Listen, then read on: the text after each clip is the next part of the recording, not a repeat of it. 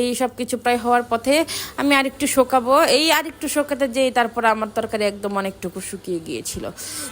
জাল হওয়ার জন্য দিয়েছিলাম যে তরকারিটা আরেকটু জাল হোক, আরেকটু ঘন হোক।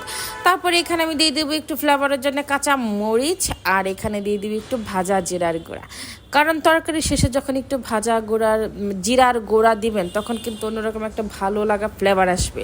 আসলে রান্না যতই মজা হোক না কেন, ফ্লেভারটা যদি মজা না হয় আসলে খেতেও তেমন ভালো লাগে না। তারপর দেখেন কত সুন্দর হলো আমার তরকারির কালারটা। এই তো আমি ঢেকে দেওয়ার পর উঠায় দেখি যে আমার তরকারির পানি শুকিয়ে গিয়েছিল অনেকটা। আমি আরেকটু ঝোল রাখতে চেয়েছিলাম কিন্তু শুকিয়ে গিয়েছিল। যাই হোক, তারপরেও কিন্তু খেতে ভীষণ মজা হয়েছে। এই দেখেন আমার তরকারির ফাইনাল লুক, এত ভীষণ মজা হয়েছে। আপনারা এরকমভাবে রান্না করে খাবেন আর আমার কথা মনে করবেন আর আমার জন্য দোয়া করবেন, ভাববেন যে আপুটা আমাদের কত ভালো একটা রান্না শিখিয়ে গিয়েছিল, যদিও আপনারা এইসব রান্না আমার আগে থেকেই জানেন। যাই হোক, এই দেখেন আমার তরকারিটা মাশাল্লাহ বলবেন। আর এই যে তারপর রান্না করে দেবো একটু লাল শাক। ফ্রিজের মধ্যে লাল শাক ছিল, আমার আসলে মনে ছিল না। প্রায় 2 দিন আগে লাল শাক বাড়ি গিয়েছিলাম, তখন কিনে এনেছিলাম। তারপর ফ্রিজ খুলে দেখি যে না, লাল শাক আছে।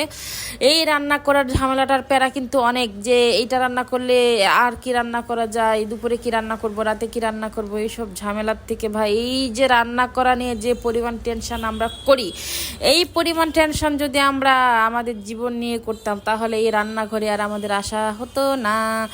যাই হোক, তারপরেই তো শাকগুলোকে ভালো করে ধুয়ে নেবো। শাকগুলোতে এত বেশি ধুলা ময়লা ছিল কি আর বলবো। তারপর ধোয়াধুবি শেষটা এখনও হচ্ছে না, এই তো হয়ে গেল।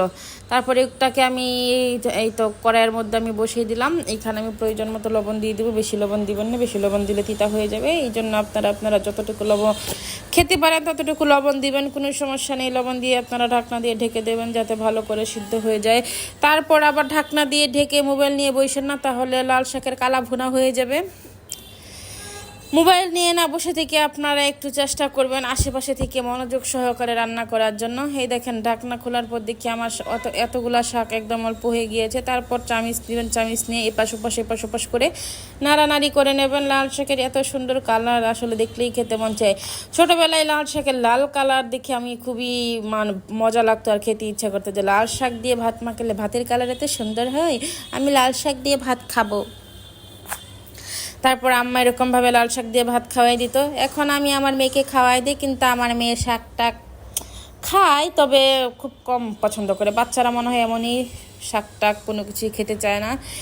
যাই হোক, তারপর আমি এখানে কাঁচা মরিচ দিয়েছি শুকনো মরিচগুলোকে আমি তেলের মধ্যে একটু টেলে নেব।